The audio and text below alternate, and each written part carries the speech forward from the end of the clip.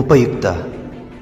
ಇದು ಕಲಿಕೆಯ ಸಾಗರ, ಕಲಿಯುವ ಮನಸ್ಸಿಗೆ ಆಧಾರ, ಕಲಿಯುತ್ತ ನಲಿಯುವ ತಾಯಿ ನುಡಿಯ ಎಂಬಂತೆ ಎಲ್ಲ ಕುಲಕೋಟಿ ಕನ್ನಡಿಗರ ಪಾದಾರವಿಂದಕ್ಕೆ ಶರಣಾಗಿ ಕನ್ನಡ ಭಾಷೆಯನ್ನು ಕಲಿಯುವ ವಿದ್ಯಾರ್ಥಿಗಳಿಗೆ ಹಾಗೂ ಶಿಕ್ಷಕರಿಗೆ ಉಪಯೋಗವಾಗಲೆಂದು ಸಿದ್ಧಪಡಿಸಿರುವ ಒಂದು ಮಾಧ್ಯಮವೇ ಈ ಉಪಯುಕ್ತ.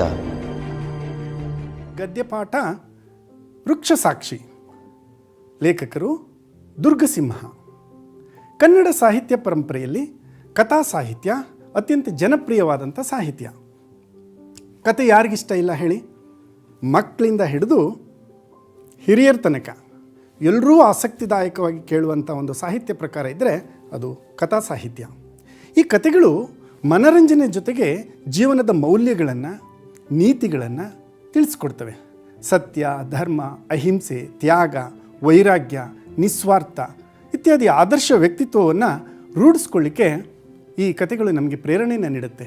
ಅದಕ್ಕಾಗಿ ಈ ಕಥೆಯನ್ನು ನಾವು ಅಧ್ಯಯನ ಮಾಡ್ತಾ ಇದ್ವಿ. ಕಥೆಯನ್ನು ಬರೆದವ್ರ ಬಗ್ಗೆ ಒಂದಿಷ್ಟು ವಿಷಯಗಳನ್ನು ತಿಳ್ಕೊಳ್ಳೋಣ ಬನ್ನಿ. ದುರ್ಗಸಿಂಹ ಕನ್ನಡ ಸಾಹಿತ್ಯದಲ್ಲಿ ಬಹುಮುಖ ಪ್ರತಿಭೆಯುಳ್ಳಂತಹ ಕವಿ. ಖಡ್ಗ ಹಿಡಿಯುವ ಕೈ ಲೇಖನಿಯನ್ನೂ ಹಿಡಿಯಬಲ್ಲದು ಎಂಬ ಅಪೂರ್ವ ಉದಾಹರಣೆ ಅಂದರೆ ಕನ್ನಡ ಸಾಹಿತ್ಯದಲ್ಲಿ ಈ ದುರ್ಗಸಿಂಹ. ಈ ದುರ್ಗಸಿಂಹನ ಕಾಲ ಕ್ರಿಸ್ತಶಕ 1031. ಈತನ ಊರು ಕಿಸುಗಾಡಿನ ಸೈಯಡಿ, ಅಂದರೆ ಈಗಿನ ಗದಗ ಜಿಲ್ಲೆಯ ರೋಣ ತಾಲೂಕಿನ ಸವದಿ. ದುರ್ಗಸಿಂಹನು ರಾಜ ಜಗದೇಕ ಮಲ್ಲನ ಆಸ್ಥಾನದಲ್ಲಿ ಸಂಧಿವಿಗ್ರಹಿಯಾಗಿದ್ದ, ದಂಡನಾಯಕನೂ ಆಗಿದ್ದ. ಜೊತೆಗೆ ಮತ ಧರ್ಮ ಸಮನ್ವಯಕನಾಗಿ ಹೆಸರನ್ನು ಪಡೆದವನು. ಹರಿಹರ ಭವನಗಳನ್ನು ಕಟ್ಟಿಸಿ ಅನೇಕ ಜನಪರ ಕಾರ್ಯಗಳನ್ನು ಮಾಡಿದಂಥವನು. ಹಾಗಾಗಿ ಇವನು ನಮ್ಮ ಕನ್ನಡ ಸಾಹಿತ್ಯದಲ್ಲಿ ಅತ್ಯಂತ ಪ್ರಮುಖ ಅನ್ನಿಸ್ಕೊಳ್ತಾನೆ. ಈತನ ಕತೆಗೆ ಹಿನ್ನೆಲೆ ಯಾವ ವಸ್ತು? ಮೊದಲು ಗುಣಾಢ್ಯನೆಂಬ ಕವಿ ಪೈಶಾಚಿಕ ಭಾಷೆಯಲ್ಲಿ ಬೃಹತ್ ಕಥೆಯನ್ನು ರಚಿಸಿದ್ದ. ಆ ಬೃಹತ್ ಕಥೆಯನ್ನು ಆಧರಿಸಿ ಸಂಸ್ಕೃತದಲ್ಲಿ ವಸುಭಾಗಭಟ್ಟನೆಂಬ ಕವಿ ಪಂಚತಂತ್ರವನ್ನು ರಚಿಸಿದ್ದ. ಆ ವಸುಭಾಗಭಟ್ಟನ ಪಂಚತಂತ್ರ ಕೃತಿಯೇ ನಮ್ಮ ದುರ್ಗಸಿಂಹನ ಕರ್ನಾಟಕ ಪಂಚತಂತ್ರ ಕೃತಿ ರಚಿಸಲು ಆಧಾರ ಆಗಿದೆ. ಪ್ರಸ್ತುತ ವೃಕ್ಷಸಾಕ್ಷಿ ಕಥೆಯನ್ನು ಈ ಕರ್ನಾಟಕ ಪಂಚತಂತ್ರ ಕೃತಿಯಿಂದ ಆರಿಸಲಾಗಿದೆ. ಇಡೀ ಭರತ ಖಂಡದಲ್ಲಿ ಪಂಚತಂತ್ರ ಕಥೆಗಳನ್ನು ಕೇಳಿರದ ಯಾವ ಹಿರಿಯರು ಇಲ್ಲ ಅನ್ನಿಸ್ಕೊಳ್ತೀನಿ.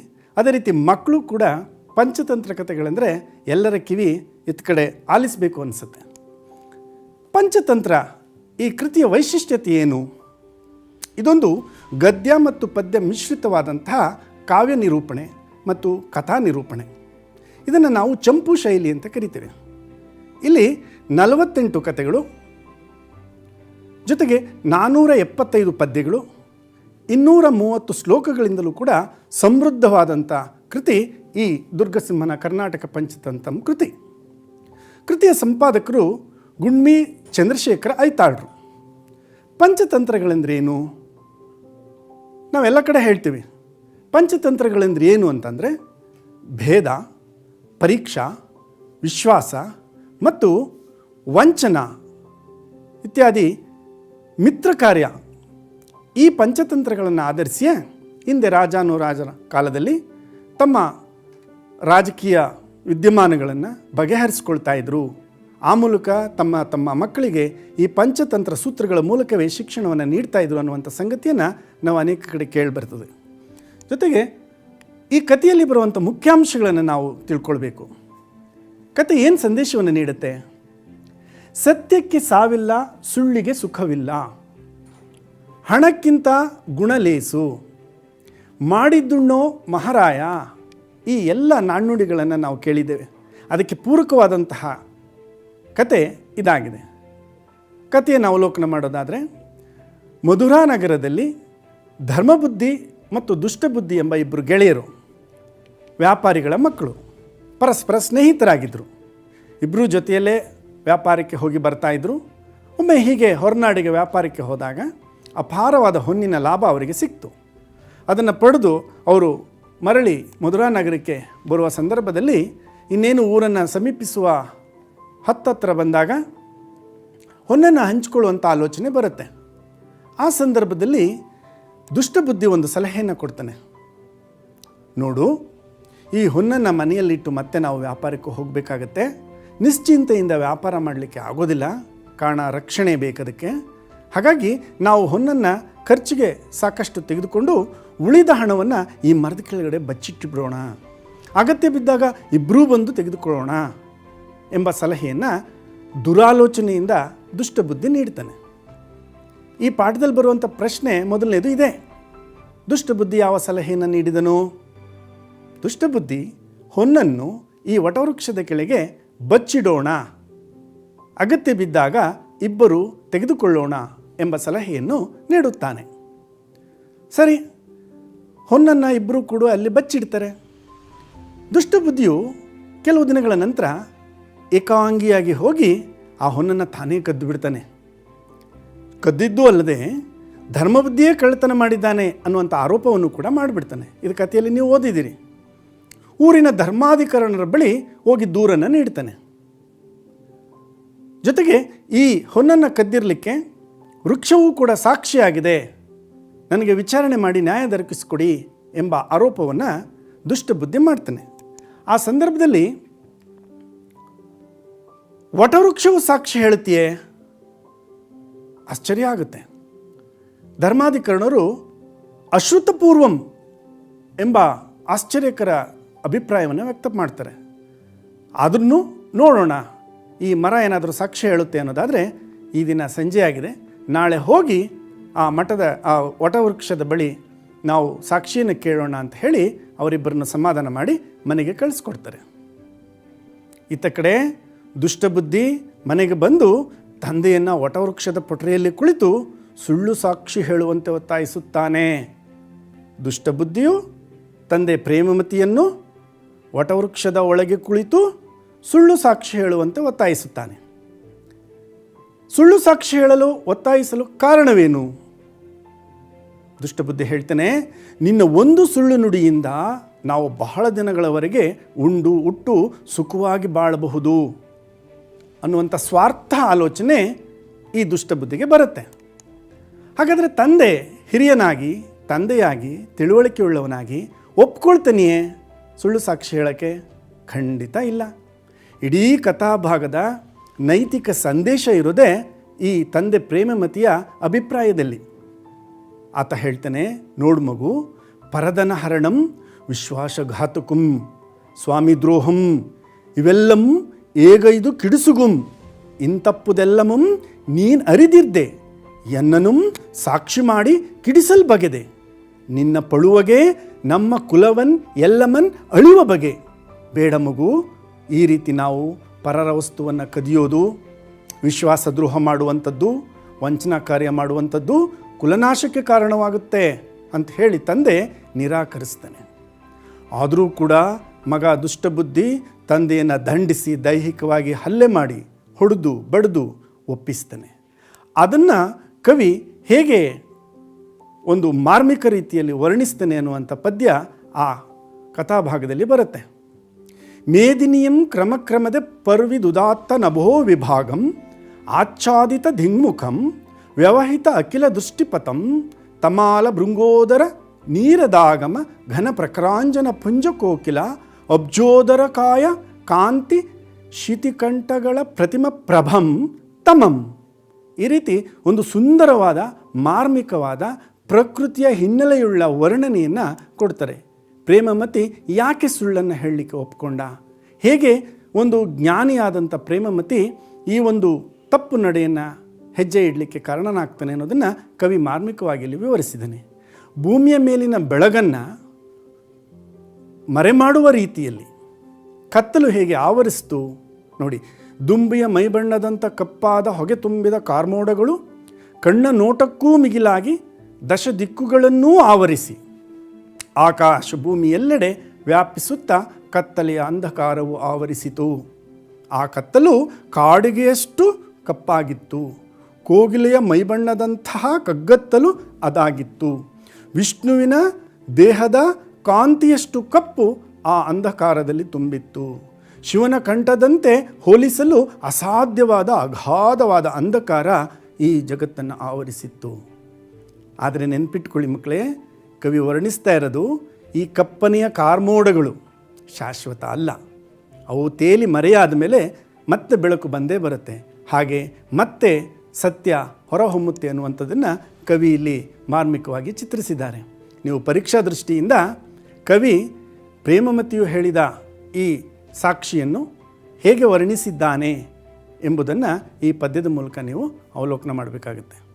ಅಂಧಕಾರವು ಬೆಳಕಿನ ಎಲ್ಲ ಪ್ರದೇಶವನ್ನು ಆವರಿಸಿತು ಎನ್ನುತ್ತಾ ಕವಿ ತಿಳುವಳಿಕೆಯುಳ್ಳ ತಂದೆ ಪ್ರೇಮಮತಿಗೆ ಸುಳ್ಳು ಹೇಳಲು ಅನಿವಾರ್ಯವಾದ ಸಂಗತಿಯನ್ನು ಮಾರ್ಮಿಕವಾಗಿ ಇಲ್ಲಿ ವರ್ಣಿಸಿದ್ದಾನೆ. ಬೆಳಕನ್ನು ಕತ್ತಲು ಆವರಿಸಿದಂತೆ, ಜ್ಞಾನದ ಎಡೆಯನ್ನು ಅಜ್ಞಾನ ಆವರಿಸಿದಂತೆ ಇಲ್ಲಿ ಚಿತ್ರಿಸಲಾಗಿದೆ. ಆದರೆ ಅಜ್ಞಾನದ ಕಾರ್ಮೋಡಗಳು ಶಾಶ್ವತ ಅಲ್ಲ, ಸತ್ಯದ ಬೆಳಕೇ ಶಾಶ್ವತ. ಹಾಗಾಗಿ ಮುಂದೆ ಸತ್ಯ ಜಯ ಪಡೆಯುತ್ತೆ ಅನ್ನುವಂಥದ್ದನ್ನು ಈ ಪದ್ಯದಲ್ಲಿ ನಾವು ಮುನ್ಸೂಚನೆಯಾಗಿ ಕಾಣ್ತೇವೆ.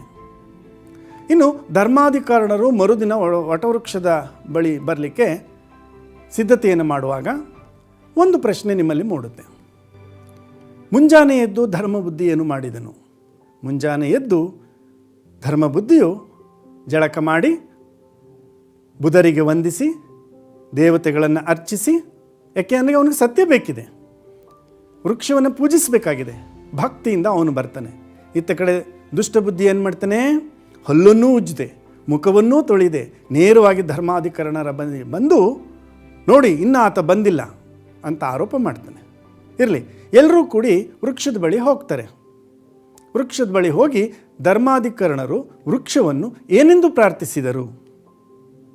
ಎಲೆ ವೃಕ್ಷವೇ, ನೀನು ದೇವಾನುದೇವತೆಗಳ ಆವಾಸ ಸ್ಥಾನವೇ ಆಗಿದ್ದಲ್ಲಿ, ಪವಿತ್ರ ಸ್ಥಳವೇ ಆಗಿದ್ದಲ್ಲಿ, ಪವಿತ್ರ ವೃಕ್ಷವೇ ಆಗಿದ್ದರೆ ತಪ್ಪದೆ ಸತ್ಯವನ್ನು ನುಡಿ ಅಂತ ಹೇಳಿ ಆ ವೃಕ್ಷವನ್ನು ಕೇಳ್ಕೊಳ್ತಾರೆ. ವೃಕ್ಷದ ಕಡೆಯಿಂದ ಒಂದು ಅಗೋಚರವಾದ ಅಶರೀರವಾಣಿಯ ಧ್ವನಿ ಕೇಳಿಸುತ್ತೆ. ಏನದು? ಧರ್ಮಬುದ್ಧಿಯೇ ಹೊನ್ನನ್ನು ಕದ್ದನೋ. ಇದು ಧ್ವನಿ ಒಳಗೆ ಅಡಗಿ ಕುಳಿತ ಪ್ರೇಮಮತಿ ದುಷ್ಟಬುದ್ಧಿಯ ತಂದೆಯದು. ಒಂದು ಸಂದೇಹ ಬರುತ್ತೆ. ಯಾರಿಗೆ? ಧರ್ಮಬುದ್ಧಿಗೆ. ನಿಮಗೆ ಗೊತ್ತಿದೆ ಈ ಕತೆ. ಏನು ಸಂದೇಹ ಅವನಲ್ಲಿ ಬರೋದು? ಇದು ಪ್ರಶ್ನಾದೃಷ್ಟಿಯಿಂದ ಬಹಳ ಮುಖ್ಯ. ವಟವೃಕ್ಷದ ಕಡೆಯಿಂದ ಧರ್ಮಬುದ್ಧಿಯೇ ಹೊನ್ನನ್ನು ಕದ್ದನು ಎಂಬ ಧ್ವನಿ ಕೇಳಿದಾಗ ಧರ್ಮಬುದ್ಧಿಯಲ್ಲಿ ಮನದಲ್ಲಿ ಮೂಡಿದ ಸಂದೇಹವೇನೋ? ಏನಂದರೆ, ಈ ವೃಕ್ಷ ದೇವತೆಗಳ ಆವಾಸ ಸ್ಥಾನವೇ ಆಗಿದ್ದಲ್ಲಿ ವೃಕ್ಷವು ಸತ್ಯವನ್ನೇಕೆ ಹೇಳಲಿಲ್ಲ ಎಂಬ ಸಂದೇಹ ಧರ್ಮಬುದ್ಧಿಗೆ ಬರುತ್ತೆ. ಕೂಡಲೇ ಆತ ಏನು ಮಾಡ್ತಾನೆ? ತಾನು ಧರ್ಮಬುದ್ಧಿಯು ಒಂದು ಸುತ್ತು ಮರವನ್ನು ಸುತ್ತು ಹಾಕಿ ಅಲ್ಲಿ ಮನುಷ್ಯ ಸಂಚಾರ ಇದೆ ಎಂಬುದನ್ನು ತಿಳಿತಾನೆ. ನೋಡಿ, ಈ ಮರದ ಸುತ್ತ ಬತ್ತನವನು ಬಂದಾಗ ಅಲ್ಲಿ ಯಾರೋ ಮನುಷ್ಯರು ಓಡಾಡಿರುವಂಥ ಹೆಜ್ಜೆ ಗುರುತನ್ನು ಕಾಣ್ತಾನೆ. ಕಂಡ ತಕ್ಷಣ ಇಲ್ಲಿ ಏನೋ ಮೋಸ ನಡೆದಿದೆ, ಇದನ್ನು ನಾನು ಬಹಳ ಸೂಕ್ಷ್ಮತೆಯಿಂದ ಹೊರಗೆ ತೆಗಿಬೇಕು ಅಂಥೇಳಿ ತನ್ನ ಬುದ್ಧಿವಂತಿಕೆಯನ್ನು ಉಪಯೋಗಿಸಿ ಅವನು ಒಂದು ಮಾತನ್ನು ಹೇಳ್ತಾನೆ. ಹುಸಿಯದ ಬೇಹಾರಿಯೇ ಇಲ್ಲ, ಸುಳ್ಳು ಹೇಳದ ವ್ಯಾಪಾರಿ ನೋಡಿರಲಿಕ್ಕೆ ಸಾಧ್ಯ ಇಲ್ಲ. ನಾನು ಒಬ್ಬ ವ್ಯಾಪಾರಿ, ಸುಳ್ಳನ್ನು ಹೇಳಿಬಿಟ್ಟಿದ್ದೀನಿ, ದಯಮಾಡಿ ಕ್ಷಮಿಸಿ. ನಾನು ಈ ಕೂಡಲೇ ಈ ಮರದಲ್ಲಿ ಇಟ್ಟಿರುವಂಥ ಹೊನ್ನನ್ನು ತೆಗೆದುಕೊಡ್ತೀನಿ. ಇಲ್ಲಿ ಇಡಲಿಕ್ಕೆ ಕಾರಣ ಏನು? ಒಂದು ದಿನ ನಾನು ಕದಲಿಕ್ಕೆ ಬಂದಿದ್ದೆ, ಬೆಳಗಾಗಿ ಕದಲಿಕ್ಕಾಗಲಿಲ್ಲ. ಆ ಹೊನ್ನನ್ನು ಮರದ ಪೊಟರೆಯಲ್ಲಿ ಇಟ್ಬಿಟ್ಟು ಹೋದೆ. ಮರುದಿವಸ ತೆಗೆದುಕೊಳ್ಳೋಣ ಅಂತ ಬಂದೆ. ಆ ಹೊನ್ನನ್ನು ಒಂದು ಸರ್ಪ ಸುತ್ತಿ ಮಲಗಿತ್ತು. ಹೆದರುಕೊಂಡು ನಾನು ತೆಗೆದುಕೊಳ್ಳಿಲ್ಲ. ಈಗ ನಿಮ್ಮ ಸಮ್ಮುಖದಲ್ಲಿ ಈ ಸರ್ಪವನ್ನು ಹೊರಗೆ ತೆಗೆದು ಹೊನ್ನನ್ನು ನಿಮಗೆ ಕೊಟ್ಬಿಡ್ತೇನೆ. ಇದು ಧರ್ಮಬುದ್ಧಿ ಮಾಡಿದಂತಹ ಉಪಾಯ, ಸತ್ಯವನ್ನು ಬಯಲು ಮಾಡಲಿಕ್ಕೆ. ಸತ್ಯವನ್ನು ಬಯಲು ಮಾಡಲು ಧರ್ಮಬುದ್ಧಿಯು ಮಾಡಿದ ಉಪಾಯವೇನು ಅನ್ನುವಂಥ ಪ್ರಶ್ನೆಗೆ ಇದು ಉತ್ತರ. ಮರವನ್ನು ಒಂದು ಸುತ್ತು ಬಂದನು, ಮನುಷ್ಯ ಸಂಚಾರವನ್ನು ಕಂಡನು, ಇಲ್ಲೇನೋ ಮೋಸವಿದೆ ಎಂದು ತಿಳಿದನು. ಧರ್ಮಾಧಿಕರಣರಿಗೆ ನಾನು ಕದಿಯಲು ಬಂದಾಗ ಬೆಳಗಾಯಿತು, ಹಾಗಾಗಿ ಈ ಮರದ ಪೊಟರೆಯಲ್ಲಿ ಇಟ್ಟು ಮರುದಿನ ಹೋಗಿ ನೋಡಿದೆ, ಅದನ್ನು ಹಾವು ಸುತ್ತಿತ್ತು. ಆದ ಕಾರಣ ಈಗ ನಿಮ್ಮ ಮುಂದೆ ಆ ಹೊನ್ನನ್ನು ತೆಗೆದುಕೊಡುವೆ, ಹಾವನ್ನು ಓಡಿಸಿ ಎಂದು ಹೇಳಿ ಮರದ ಪೊಟರೆಗೆ ಹುಲ್ಲು ಪುಳ್ಳೆ ಹಸಿಯ ಸೊಪ್ಪನ್ನು ತುಂಬಿ ಬೆಂಕಿಯನ್ನು ಹಚ್ಚಿಬಿಡ್ತಾನೆ. ಹಚ್ಚಿದ ತಕ್ಷಣ ಒಳಗೆ ಕುಳಿತಂತಹ ಪ್ರೇಮಮತಿಗೆ ಬೆಂಕಿ ತಗುಲಿ ಹೊಗೆ ಸುತ್ತಿ ಇಳಿ ವಯಸ್ಸಿನ ಆ ಮುದುಕ ಕೆಮ್ಮುತ್ತಾ ಹೊರಬಿದ್ದು ಪ್ರಾಣವನ್ನು ಕಳ್ಕೊಳ್ತಾನೆ.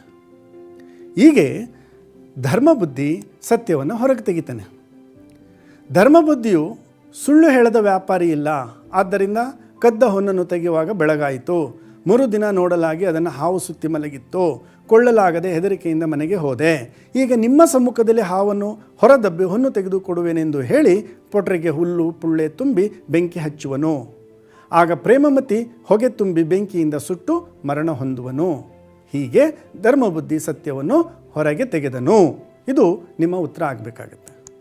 ಇನ್ನು ಈ ಕಥೆಯ ಕೆಲವು ಸಂದರ್ಭೋಚಿತ ವಾಕ್ಯಗಳನ್ನು ವಿವರಿಸಿ ಎನ್ನುವಂಥ ಪ್ರಶ್ನೆ ಬರುತ್ತೆ. ಅದಕ್ಕೆ ಈ ಕೆಲವು ವಾಕ್ಯಗಳನ್ನು ನೀವು ಗಮನಿಸ್ಕೊಳ್ಬೇಕಾಗತ್ತೆ ಮತ್ತು ಇವುಗಳ ಅರ್ಥವನ್ನು ನೀವು ತಿಳ್ಕೊಳ್ಬೇಕಾಗತ್ತೆ. ಈಗಾಗಲೇ ನೀವು ಶಾಲೆಗಳಲ್ಲಿ ಅಭ್ಯಾಸ ಮಾಡಿದ್ದೀರಾ, ಆಯ್ಕೆ, ಸಂದರ್ಭ, ಸ್ವಾರಸ್ಯದೊಡನೆ ವಿವರಿಸಿ ಅಂತ ಹೇಳಿ. ತಸ್ಕರಸ್ಯ ಅನೃತಂ ಬಲಂ, ಕಳ್ಳನಿಗೆ ಸುಳ್ಳೇ ಬಲವಾಗುತ್ತೆ. ಕಳ್ಳನಿಗೆ ಕಡ್ನಾಲ್ಗೆ ಅಂತ ಹೇಳಿ ಬಯಲ್ಸಿ ಮೇಲೆ ಹೇಳ್ತಾರೆ. ಕಳ್ಳನಿಗೆ ಸುಳ್ಳೇ ಒಂದು ಬಲವಾದ ಮಾತಾಗಿರುತ್ತೆ. ಮತ್ತು ಮನುಷ್ಯರ ಸುಕೃತ ದುಕೃತಗಳು ದೈವಗಳು ಅರಿಗುಂ, ಮನುಷ್ಯರ ಪಾಪ ಕಾರ್ಯ ಮತ್ತು ಒಳ್ಳೆಯ ಕಾರ್ಯಗಳನ್ನು ದೇವರು ಸದಾ ಗಮನಿಸ್ತಾ ಇರ್ತಾನೆ, ನೋಡ್ತಾ ಇರ್ತಾನೆ. ಪರದನ ಹರಣಂ ವಿಶ್ವಾಸಘಾತುಕಂ ಸ್ವಾಮಿ ದ್ರೋಹಂ, ಬೇರೆಯವರ ಹಣವನ್ನು ಕದಿಯೋದು ವಿಶ್ವಾಸ ದ್ರೋಹವಾಗುತ್ತೆ, ಸ್ವಾಮಿ ದ್ರೋಹವಾಗುತ್ತೆ, ಕುಲನಾಶಕ್ಕೆ ಕಾರಣವಾಗುತ್ತೆ. ಇದು ಪ್ರೇಮಮತಿ ಹೇಳಿದಂಥ ಬುದ್ಧಿಮಾತು. ಮತ್ತೊಂದು ವಿಚಾರ ಇಲ್ಲಿದೆ. ಪ್ರಕೃತಿ ವಿಕೃತಿಯಾದ ಮನುಷ್ಯನ ಆಯುಷ್ಯಂ ಕುಂದುಗುಂ, ಇದು ಬಹಳ ಪ್ರಸ್ತುತವಾದಂಥ ಸಂಗತಿ. ಯಾವ ಮನುಷ್ಯ ಅಥವಾ ಯಾವ ಮನುಕುಲ ಪ್ರಕೃತಿಗೆ ವಿರುದ್ಧವಾಗಿ ನಡ್ಕೊಳ್ಳುತ್ತೋ ಅವತ್ತು ಆ ಮನುಷ್ಯನ ಅಥವಾ ಆ ಮನುಷ್ಯ ಕುಲದ ನಾಶ ಪ್ರಾರಂಭವಾಗುತ್ತೆ ಅನ್ನುವಂಥದ್ದನ್ನು ಕವಿ ಅಷ್ಟು ವರ್ಷಗಳ ಹಿಂದಲೇ ಹೇಳಿದ್ದ. ಪ್ರಕೃತಿಗೆ ವಿರುದ್ಧವಾಗಿ ಮತ್ತು ಸತ್ಯಕ್ಕೆ ವಿರುದ್ಧವಾಗಿ ನಡೆದಂಥ ಮನುಷ್ಯ ಯಾವತ್ತಿದ್ರೂ ಅವನು ವಿನಾಶಕ್ಕೆ ಕಾರಣನಾಗ್ತಾನೆ, ಅವನ ಆಯಸ್ಸು ಕುಂದುತ್ತದೆ. ಈ ರೀತಿ ಒಂದು ಮೌಲ್ಯಯುತ ಸಂದೇಶವನ್ನು ಈ ಒಂದು ಕತೆ ನಮಗೆ ನೀಡುತ್ತೆ. ಇನ್ನು ಪರೀಕ್ಷಾ ದೃಷ್ಟಿಯಿಂದ ಕೆಲವು ಪದಗಳ ಅರ್ಥವನ್ನು ನೀವು ತಿಳ್ಕೊಳ್ಳೇಬೇಕು. ಅದು ಪಾಠದ ಹಿಂಬದಿಯಲ್ಲಿರುವಂಥ ಮುಖ್ಯ ಪದಗಳ ಅರ್ಥ. ಹಳಗನ್ನಡದಲ್ಲಿ ಕುಟಿಲ ಕೃತ್ರಿಮ ಅಂದರೆ ಮೋಸ, ಅಬ್ಜೋದರ ಅಂದರೆ ವಿಷ್ಣು, ಕಾಪು ಅಂದರೆ ರಕ್ಷಣೆ. ಹಾಗೆ ತಮಾಲ ಅಂದರೆ ಕತ್ತಲು, ನೀರದ ಅಂದರೆ ಮೋಡ, ಪರದು ಅಂದರೆ ವ್ಯಾಪಾರ. ಇಲ್ಲಿ ಪಕಾರ ಬಂದಾಗ ಹಕಾರ ಬರುವಂಥದ್ದು ಸಾಮಾನ್ಯ ಹಳಗನ್ನಡ ಲಕ್ಷಣ. ಮತ್ತು ಪಾ ಬಂದಾಗ ವಾನು ಕೂಡ ಬರುತ್ತೆ. ಪರದು ವ್ಯಾಪಾರ, ಬಳ್ಳಾರಿ ಮಾರಿ, ಹುಸಿ ಸುಳ್ಳು, ಅನೃತ ಇವೆಲ್ಲವೂ ಕೂಡ ಸುಳ್ಳಿನ ಅರ್ಥದಲ್ಲೇ. ಆದಿತ್ಯ ಸೂರ್ಯ, ಕೂರ್ಮೆ ಅಂದರೆ ಸ್ನೇಹ, ಚೋದ್ಯ ಅಂದರೆ ಅದ್ಭುತ, ತಸ್ಕರ ಅಂದರೆ ಕಳ್ಳ, ಪನ್ನಗ ಅಂದರೆ ಹಾವು, ಬೀಯ ಅಂದರೆ ವ್ಯಯ ಇತ್ಯಾದಿ ಪದಗಳನ್ನು ನೀವು ಒಂದಿಷ್ಟು ಪಟ್ಟಿ ಮಾಡಿ ಪರೀಕ್ಷಾ ದೃಷ್ಟಿಯಿಂದ ಅವಲೋಕನ ಮಾಡಿ.